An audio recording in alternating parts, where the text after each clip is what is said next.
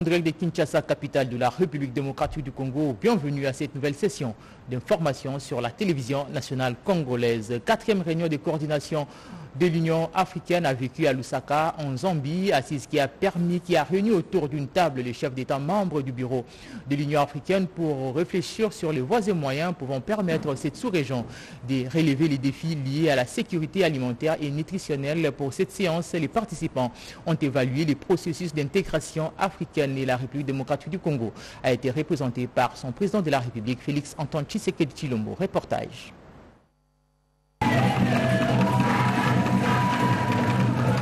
Fervent défenseur d'une Afrique intégrée et unie, le président de la République, Félix Antoine Tshisekedi Tshilombo, a participé aux travaux de la 4e réunion de coordination semestrielle de l'Union africaine dimanche au centre de conférences Kenneth Kaunda Wings de Lusaka en Zambie. En présence de nombreux dirigeants du continent et de quelques invités spéciaux, ce forum a permis aux participants de procéder à une évaluation approfondie du processus d'intégration africaine. À l'ouverture, 4 intervenants, à savoir le président du pays hôte, la Zambie, le président de la Commission de l'Union africaine, le président du Conseil de l'Union européenne, invité par le secrétariat exécutif de l'UA, et le président sénégalais et président en exercice de l'Union africaine, ont clairement disséqué leur message autour de la relance de la production alimentaire en Afrique et la résolution des conflits occasionnés par les groupes armés dans la plupart des États membres de l'organisation continentale.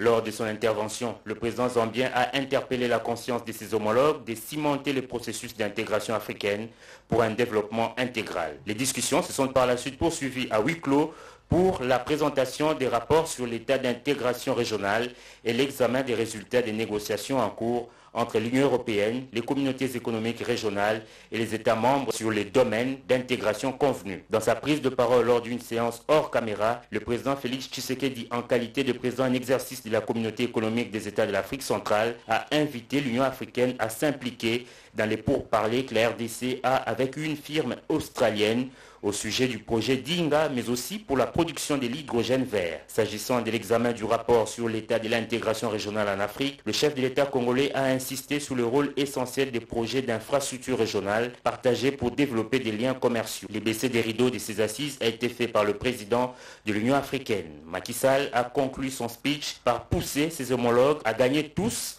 la bataille de la sécurité alimentaire endogène pour gagner les défis actuels, résultat de la crise russo-ukrainienne. Avant de quitter ce centre de conférence, le président zambien Hakainde Hichilema et son homologue congolais ont eu un tête-à-tête d'une demi-heure. Rien n'a filtré de ces échanges. Et c'est dans la même soirée de ce dimanche que le chef de l'État congolais a quitté le sol central. Et puis cette ordonnance numéro 22/0425 du 16 juillet 2022 portant prorogation de l'état de siège sur une partie du territoire de la République démocratique du Congo. Vu la nécessité et l'urgence, le Conseil des ministres entendu ordonne, article 1er, est prorogé pour une période de 15 jours prenant cours le 19 juillet 2022, l'ordonnance numéro 21/015 du 3 mai 2021, telle qu'est complétée à ces jours portant proclamation de l'état de siège sur une partie du territoire de la République démocratique du Congo. Article D. Sont abrogées toutes les dispositions antérieures contraires à la présente ordonnance. Article 3. Le Premier ministre, le vice-premier ministre, ministre de l'Intérieur, Sécurité, Décentralisation et Affaires coutumières, le ministre d'État, ministre de la Justice, garde de Sceaux, ainsi que le ministre de la Défense nationale et anciens combattants sont chargés chacun à ce qui les concerne de l'exécution de la présente ordonnance qui sort ses effets à la date de sa signature faite à Kinshasa le 16 juillet 2022. Félix Antoine Tshisekedi Tshilombo, Jean-Michel Samaloukonde, Premier ministre, pour copie certifiée à l'original le 16 juillet 2022, le cabinet du président de la République, Guilain Niembo Mbouinzia, directeur des cabinets.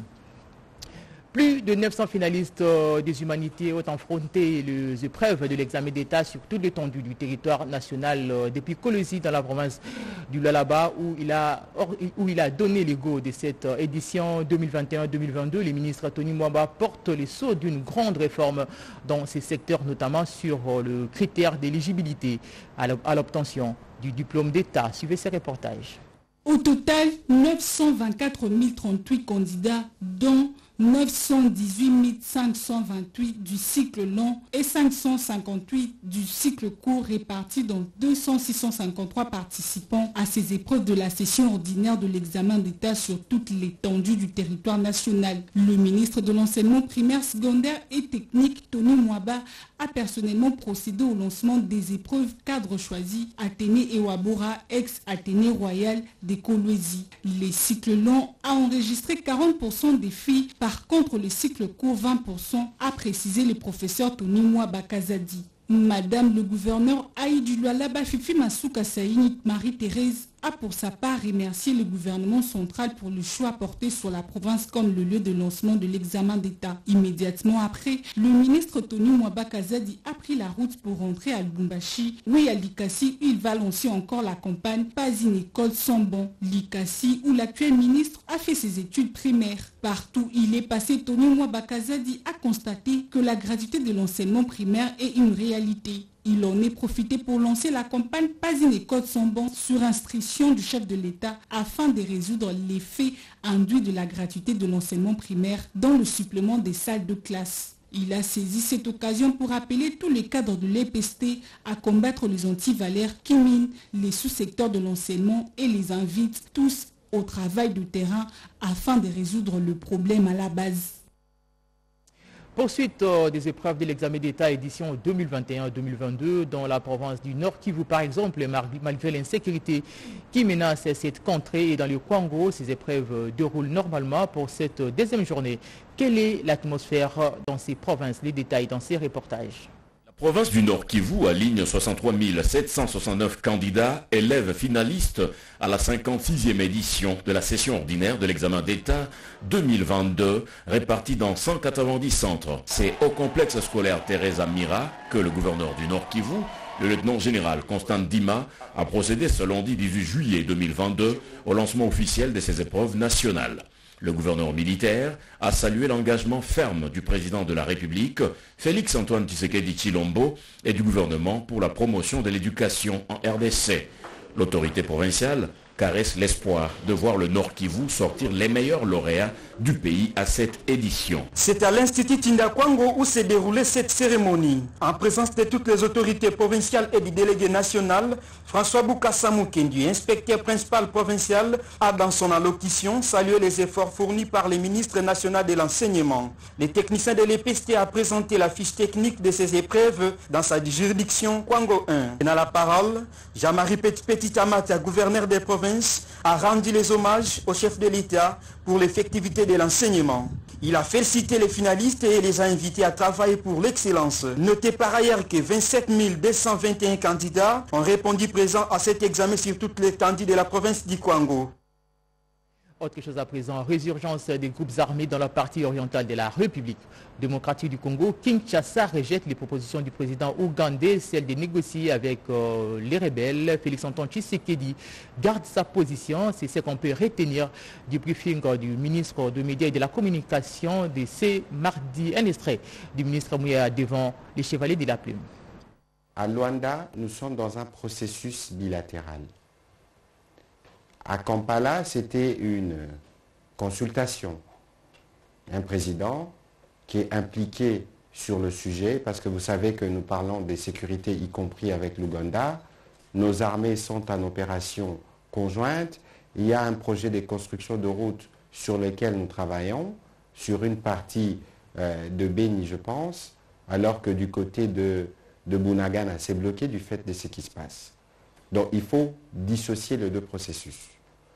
À Luanda, on a commencé un processus qui a fait suite à la médiation qui a été confiée au président Lorenzo dans le cadre de la CIRGL. Il y a eu évidemment cette forme de difficultés dans la compréhension de la feuille de route. Mais la feuille de route, c'est les premiers points sur lesquels les deux délégations vont débattre dans 2 jours. Parce que nos experts s'apprêtent à y aller, parce que vous savez l'Angola a perdu le président Dos Santos et qu'ils observaient 8 jours de deuil national. Et donc c'est dans ces processus-là que les sujets seront abordés. De toute évidence, je répète ce que nous avions dit la dernière fois avec le vice-premier ministre, ministre des Affaires étrangères, nous nous sommes engagés sur 4 fronts. Le front militaire, le front diplomatique, le front médiatique et le front judiciaire. De toute évidence, toutes ces personnes qui décèdent sous l'emprise du Rwandais du M23, toutes ces mamans qui aujourd'hui vivent une situation humanitaire catastrophique, c'est des choses que nous ne pourrons jamais laisser impunies. Plusieurs questions ont été abordées lors du briefing de ce mardi, abordant la question liée au commerce. Par exemple, devant la presse, le ministre Mouyaya et celui du commerce, Jean-Lycée Boussa, ont relevé la volonté du gouvernement de supprimer certaines taxes et alléger autres. Suivez cet extrait. Nous avons pris en compte les préoccupations exprimées par la FEC. Disons mieux les exportateurs de la partie Nord Kivu. Vous avez une taxe qui est supprimée. Vous en avez une autre qui doit subir le rabattement de taux. C'est une réponse structurelle. La taxe qui est supprimée, c'est le frais de couverture des cafés à l'exportation via les ports de Mombasa et d'Aresla. Celle-là, elle est supprimée. Ce prélèvement est supprimé. Le deuxième prélèvement, c'est les certificats d'origine internationale. Là, les taux devront être baissés. Mais ce n'est pas le ministère du Commerce seul qui va décider de cela. Nous le ferons en interaction avec le ministère sectoriel, le service concerné, parce que c'est vrai, nous supprimons certaines taxes. Nous voulons que les taux d'autres taxes puissent baisser, mais nous devons veiller aux équilibres financiers nécessaires pour que la mission des services publics confiée à ces établissements publics puisse continuer à être exercée. Mais les décisions sont là. Il n'y a pas de problème de ce côté-là. Un point de presse organisé hier lundi au studio de la télévision nationale congolaise. Vacances parlementaires et par raison de redevabilité, le président du Sénat, Modeste Bahati, est allé rendre compte et s'imprégner de la situation de sa base dans la partie est de la République démocratique du Congo, à l'étape de Bukavu, dans le sud Kivu. Modeste Bahati a eu à fustiger l'attitude de la communauté internationale face à l'agression des rebelles de M23 avec ses alliés, le Rwanda sur place. Sandra Nyangitabo nous dit un peu plus. Après Goma, le président du Sénat s'est encore offert un bain de foule à Bukavu, son fief naturel. Dès son arrivée au port d'Iwoussi, il a eu droit à un accueil délirant. Le président statutaire de l'Alliance des forces démocratiques du Congo communie avec ses frères et sœurs. Il décide de faire une marche à pied. Le sénateur le mieux élu du Sud Kivu est obligé de saluer la population qui la porte à cœur. Tout le monde veut le voir. Bukavu est paralysé pendant des longues heures. Difficile de s'effrayer un chemin sur la route qui mène à la place de l'Indépendance, au centre-ville de Bukavu, où il doit s'adresser à la population, une foule indescriptible qui l'attendait depuis 8 heures du matin. Question de témoigner l'amour à celui qu'ils appellent affectueusement Mupenda Watu. Entendez, c'est lui qui aime son semblable pour ses œuvres sociales en faveur de la population et sa générosité légendaire. La population accompagne son leader à la place de l'Indépendance. C'est encore une marée humaine qui attend impatiemment le message de leurs représentants à la Chambre haute du Parlement congolais. Modeste Bahati Lukwebo a un message d'espoir. Il demande à la population du Sud Kivu de soutenir le chef de l'État, Félix Antoine Tshisekedi Tshilombo, dans ses efforts de ramener la paix dans l'est du pays, d'où son appel à la réélection du candidat de l'Union sacrée, Félix Antoine Tshisekedi Tshilombo, en 2023. Le natif de Kabaré a demandé aux jeunes d'intégrer l'armée congolaise pour défendre la patrie de Patrice Emery Lumumba. Pendant ce temps d'échange avec sa base, les Kivusiens ont souhaité le départ de la MONUSCO. Pour eux, la force onusienne n'a pas donné ce que la population attendait d'elle après plus de 2 décennies d'existence en République démocratique du Congo.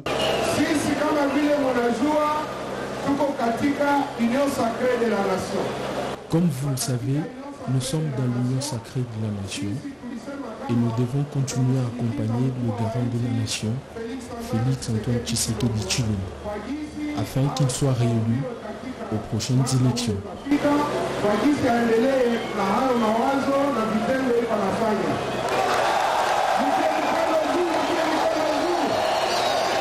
Loin de toute polémique inutile, Modeste Bahati Lukwebo fait carton plein à Bukavu. L'expression de l'attachement d'un peuple à son leader, appelé ici l'homme des actions concrètes. De retour à Kinshasa, la campagne pour la lutte contre le coronavirus, la coordination nationale des vaccinations contre la COVID-19 poursuit avec la sensibilisation contre la propagation de la pandémie du coronavirus auprès des du personnel soignant ce week-end. Elle était au centre Mère et Enfants de Bumbu, Lizen Sakala. Ce panel d'informations couplé à la vaccination a été organisé par la Coordination nationale de vaccination contre la COVID-19 à l'intention des professionnels de santé du Centre Mère et Enfants de Bumbu. Objectif, inviter ce corps médical à se faire vacciner en vue d'augmenter la couverture vaccinale contre cette pandémie planétaire jusque-là faible auprès des blouses blanches. Notre présence ici, c'est que depuis un certain temps, nous avons établi des feuilles de route. Le but, c'est lesquels? Les études ont démontré que le personnel de santé sont intoxicateurs. Donc ce sont eux les premiers qui sont en train de parler du mal du vaccin. Or, vacciner, c'est protéger. Nous demandons à l'équipe de PEV de continuer toujours avec la même allure de sensibiliser partout pour que la grande population de la République démocratique du Congo soit vaccinée. La majorité des personnels soignants qui est déjà vacciné. Et je crois bien que nous continuons toujours à sensibiliser afin que nous puissions avoir les 100% de tous les personnels soignants soient vaccinés. La façon dont il nous a expliqué, ça m'a poussé de prendre le vaccin parce que les autres nous disaient que non, ça tue, ça crée beaucoup d'anomalies, mais moi je l'ai pris et j'ai trouvé que c'est bon pour moi. Cette activité de sensibilisation a été financée par l'USAID avec l'appui technique de BA. Elle s'étendra à travers toutes les structures médicales de la capitale. Une cellule d'assurance qualité. Elle a la mission d'accompagner les comités de gestion et l'ensemble des communautés universitaires dans la formation.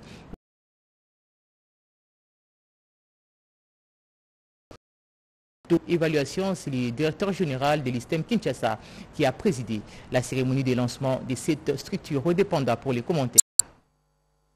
L'ISTEM Kinshasa est technique de Kinshasa a procédé ce vendredi au lancement officiel de sa cellule d'assurance qualité. C'était au cours d'une cérémonie présidée par le directeur général de cet alma mater, le professeur Kakule Kanikimark, dans la salle de promotion de l'ISTEM Kinshasa. Selon le directeur général, la cellule d'assurance qualité est d'une importance capitale car son institution vise l'excellence. La cellule assurance qualité devra, dans sa mission principale, accompagner le comité de gestion, les corps académiques, scientifiques et administratifs dans la formation des cadres que nous voulons plus compétents, plus compétitifs sur l'échiquier international. Le secrétaire exécutif national de l'ANAC, Agence nationale d'assurance qualité de l'enseignement supérieur et universitaire, le professeur Nkiama Ekisawa Constant, a précisé que la tâche principale d'une cellule d'assurance qualité dans une université est l'auto-évaluation. Les membres de cette cellule ne sont pas des inspecteurs. La mission principale de cette cellule, c'est de mener une auto-évaluation. Ce sera en interne. C'est de regarder dans un miroir pour que l'établissement se dise quelles sont nos forces, quelles sont nos faiblesses, quelles sont nos opportunités. L'assurance qualité, donc, exprime la volonté de se conformer aux normes suivant les référentiels. Cette nouvelle structure au sein de l'ISTEM Kinshasa a pour mission d'accompagner le comité de gestion. C'est officiel, le gouvernement congolais ajoute 11 blocs pétroliers gaziers dans l'appel d'offres prévu le 28 juillet à Pascal pour les reportages. En vue de maximiser l'opportunité pour le pays, dans le cadre de processus d'attribution de droits d'hydrocarbures, la RDC, à travers le ministère des Hydrocarbures, vient d'ajouter 11 autres blocs pétroliers sur les 16 présélectionnés et retenus par la première phase dans 3 bassins sédimentaires dont dispose le pays. Didier Boudimbu a, par un point de presse, porté à la connaissance de l'industrie pétrolière nationale et internationale la levée d'option du gouvernement de lancer l'appel d'offres de 27 blocs pétroliers et 3 blocs gaziers sur les 32 que dispose la RDC. La République démocratique du Congo, à travers le ministère des Hydrocarbures, organise des appels d'offres sur les blocs pétroliers en vue de l'attribution des droits d'hydrocarbures. dont le lancement est prévu le 28 juillet 2022. Le présent appel d'offres porte sur les blocs ci-après. Pour le bassin côtier, il y en a 3. C'est le bloc Yema 2, le bloc Nganzi, le bloc Matamba Makandi 2, province du Congo central. Pour la cuvette centrale, il y en a 9. Pour le Graben Tanganyika, nous avons retenu 11 blocs. Le bloc Kalemi, le bloc Kituku Moliro, le bloc Mulula Lubanga, le bloc Kakelua Kabobo, le bloc Kabimba, le bloc Kibi Fatouma, le bloc Mpala, le bloc Moba, province de Tanganyika, le bloc Kibanga Kisoshi, le bloc Uvira, le bloc Baraka dans la province du Sud Kivu. Pour le Graben Albertine, nous avons retenu 4 blocs. Le bloc 1, le bloc 2 dans la province de Ituri, le bloc 4, le bloc 5 dans la province du Nord Kivu. Pour le bloc gazier, nous en avons retenu 3. Tous ces blocs sont dans le lac Kivu. Le bloc Makelele, le bloc Idjui, le bloc Luanjofu. Ces appels sont faits conformément au régime général du ministère des Hydrocarbures. Soucieuse d'assainir les milieux dans lesquels vivent les familles des policiers du camp Lufungula dans la commune de Lingwala, Recycle-moi, une association des Congolais de la diaspora avec des nationaux, vient de lancer les travaux d'assainissement pour évacuer des immondices dans ces camps. Riki Mzuzi Mayawel sur les images de Salomon Kibaya. Éco-projet, c'est cette opération de grande envergure lancée par Recycle-moi pour assainir le camp Lufungula.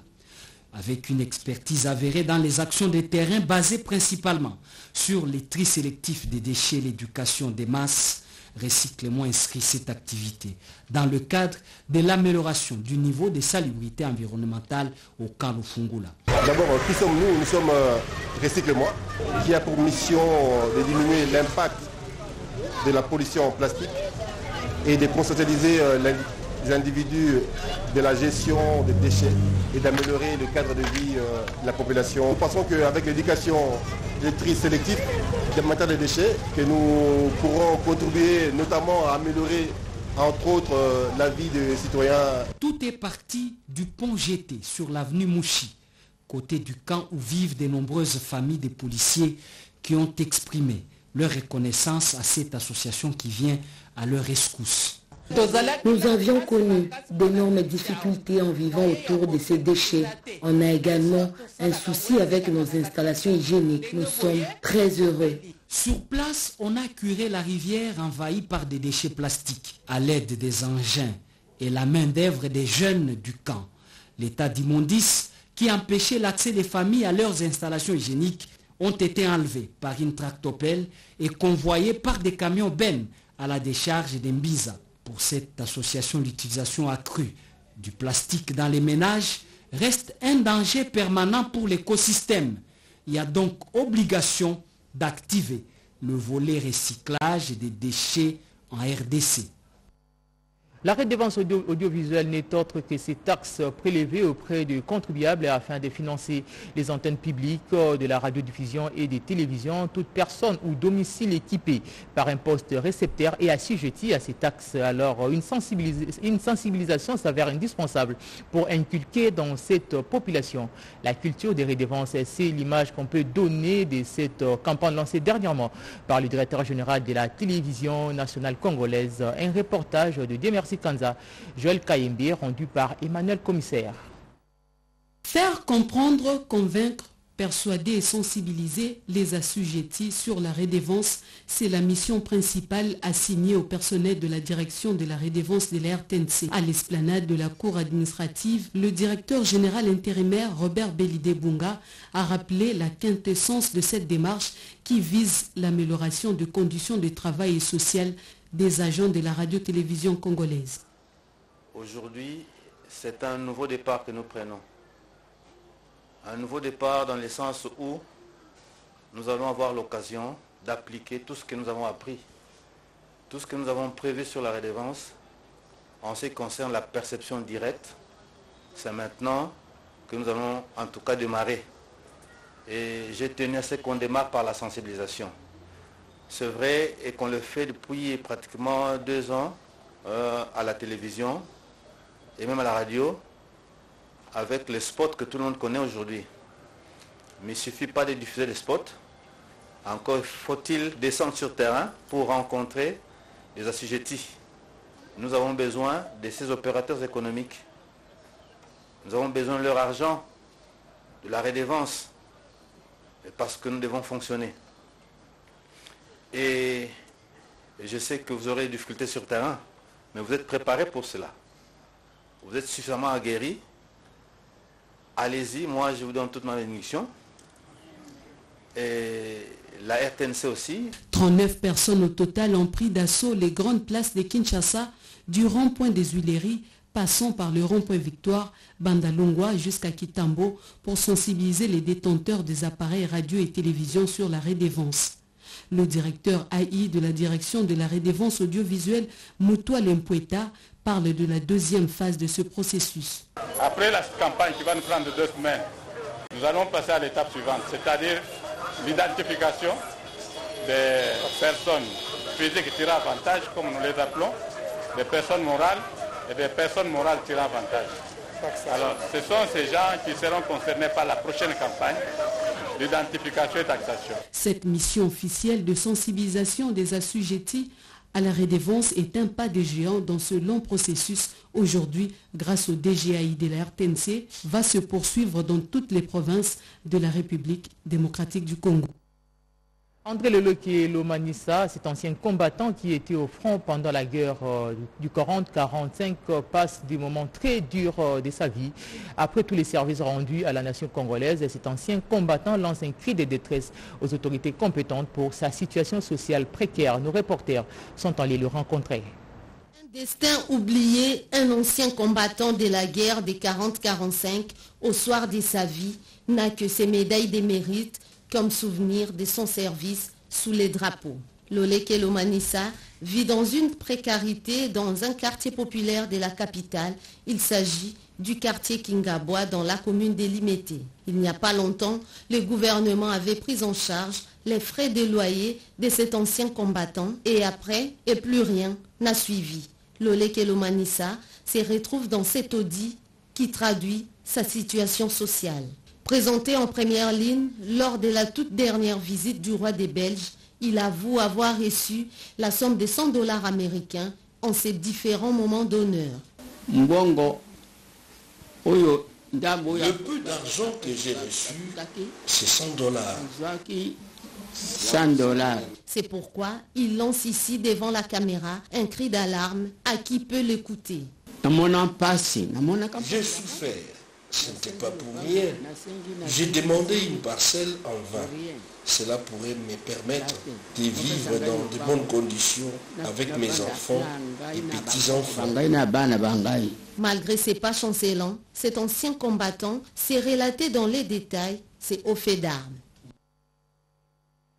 Chambre des mines, le chef de l'État tient à la promotion de l'entrepreneuriat à travers la sous-traitance. Des instructions fermes ont été données pour le strict respect de la loi relative. C'est dans ces contextes que la Chambre de commerce, la Chambre des mines, allais-je dire, a procédé à la présentation d'un support médiatique permettant de véhiculer des explications claires. Dans ces reportages, Mireille Ndeke, Pompoumba et Emmanuel Commissaire. L'éducation et la formation sont des outils puissants pour lutter contre la pauvreté. Pendant ces quelques jours, les participants à cette session gratuite portant sur l'autonomisation économique et l'autoprise en charge vont bénéficier d'une formation sur la fabrication et la transformation des produits agricoles et bien d'autres encore. Il sera aussi question de renforcer les capacités des bénéficiaires, femmes et jeunes, afin de leur permettre de mettre des stratégies efficientes pour leur épanouissement et d'être mieux outillés pour les défis à venir. L'objectif est donc simple pour Charlie Lula, l'initiatrice de cette activité. Depuis la session du président de la République, son Excellence Félix Tshisekedi Tshilombo, il y a l'espoir de l'amélioration du social. Des chantiers est si vaste. Il exige à tous citoyens et organisations de contribuer aux efforts et actions du gouvernement. Le but de notre formation est de favoriser l'autonomisation des femmes, de mobiliser les hommes, les femmes et les jeunes à exercer pleinement leurs droits, leurs devoirs et jouir de leurs droits. Des échanges et des débats riches et variés sont également prévus au cours de cet atelier. Un véritable soulagement au regard des enjeux qui s'y citent selon les participants. En politique, l'Alliance des Congolais progressistes, cher parti à Gentilly-Ngobila, s'agrandit encore avec de nouveaux militants et cadres. La dernière adhésion en date est celle d'une centaine de personnes convaincues par Madame Larène Kolo, qui devient elle aussi au cadre dans ses partis. Les détails dans ces reportages de Patrick Moukouyi, rendu par Marie Kalong. C'est une réunion de paix et de l'unité tenue ce samedi 16 juillet 2022 au camp Luka par le secrétaire politique national de l'UNC, Patrick Kawara. Cette initiative vise à faire adhérer tous les militants de l'Union pour la nation congolaise, UNC, à la vision de leur Vital Kamere. La problématique de l'unité au sein du parti est le leitmotiv du combat que mène ce haut cadre de l'UNC. Il a, au cours de cette réunion de paix, invité tous ses camarades à œuvrer pour l'unité afin de regarder dans la même direction pour les prochaines échéances électorales. Pour lui, la division et la délinquance juvénile sont des antivaleurs à bannir au sein du parti. Patrick Kawara a également appelé les militants de l'UNC Kanluka à l'unité, l'intégrité et la loyauté, mettant un accent particulier sur l'intérêt général du parti. Je fais partie des Kanluka, j'ai toujours eu des soucis quand Kanluka ne va pas. Mes activités politiques, j'ai commencé à Kanluka. Il y avait des petites divisions et il était très important en tant que parent de Kanluka que je parle avec mes confrères pour savoir c'est quoi le problème, comment est-ce qu'on peut travailler ensemble pour rehausser plus haut les drapeaux de l'UNC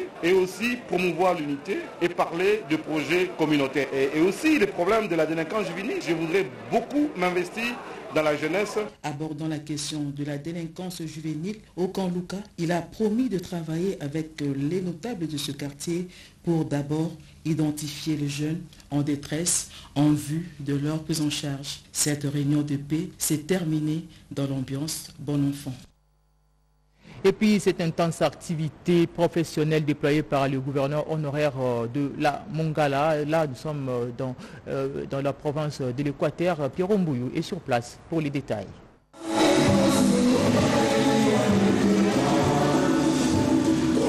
Intense activité professionnelle aux grandes retombées sociales et infrastructurelles déployée par le gouverneur honoraire de la province de la Mongala, Crispin Goundou Wamalengo, dans les 4 territoires et les 2 villes à savoir Isala et Bumba, qui compte cette nouvelle entité territoriale décentralisée, issue du découpage de l'ancienne Grande Équateur. Il a tour à tour socialisé la synergie des forces du socio-juvénile sur les enjeux du développement durable et intégral de la province, avant de financer et de lancer les travaux de réhabilitation et de modernisation de certaines infrastructures de base sur financement propre.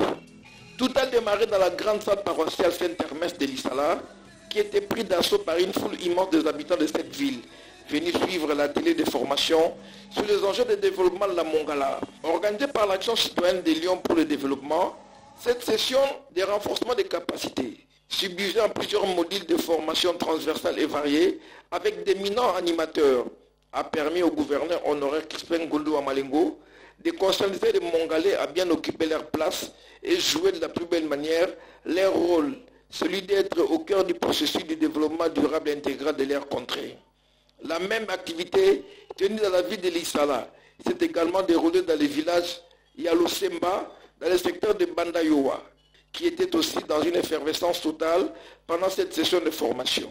Ensuite, les commerçants, les clients et autres personnes qui fréquentent les marchés d'Angoba, ces grands pôles économico-financiers situés à 50 km de l'Isala, ont vu ces dignes fils de la Mongala procéder à la remise officielle d'un important lot de matériel de construction, action menée par cet élu à la députation provinciale de l'Isala ville et nationale de la circonscription de Bumba, tout sur la province de la Mongala.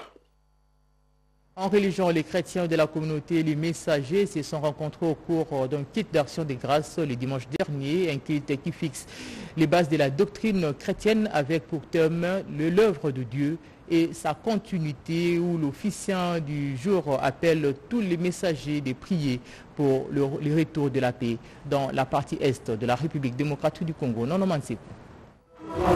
la communauté des églises des messagers Nouvelle Dynamique a eu sa toute première rencontre ce dimanche 17 juillet 2022.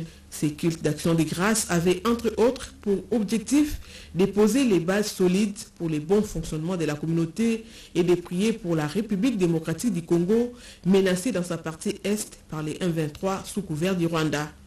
Tiré du livre des Philippiens chapitre 1 verset 6, la prédication du pasteur Joska Kabongo Ngoy intitulée « L'œuvre de Dieu et sa continuité » vient interpeller les enfants de Dieu au respect de l'enseignement des apôtres qui est le socle du christianisme.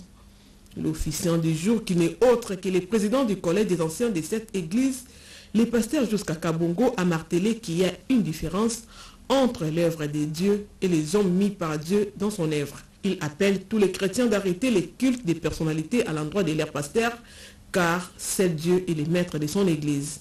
L'église des messagers est parmi les rares églises dont les 4 visionnaires ont eu un message précis pour la RDC à l'époque Zaïre. Le président du collège des anciens, dans sa double casquette de pasteur et secrétaire général au ministère des Affaires étrangères, pense que la situation à l'est du Congo a été révélée aux 4 messagers et rassure que seul le Seigneur Jésus-Christ pourra mettre fin à cette guerre. Il a exhorté les membres de sa communauté à soutenir les FARDC dans la prière en encourageant nos vaillants soldats de se battre pour qu'aucune partie de la République ne soit arrachée par les forces étrangères. Nous les encourageons, nous sommes derrière les autorités, que ce soit politique, que ce soit militaire. Nous sommes derrière et par des prières et nous sommes convaincus que nous aurons la victoire et que aucun territoire de notre pays ne sera conquis. Plusieurs personnalités congolaises ont pris part à ces assises, en l'occurrence le conseiller principal du chef de l'État en matière des mines, M. Ablavi Eboma, et les Dirkaba honoraires du chef de l'État, Geti Panoupanou, respectivement pasteur et fidèle de l'Église. Voilà, fin de ce journal de la journée sur nos antennes. Merci de l'avoir suivi. Restez toujours en position d'écoute.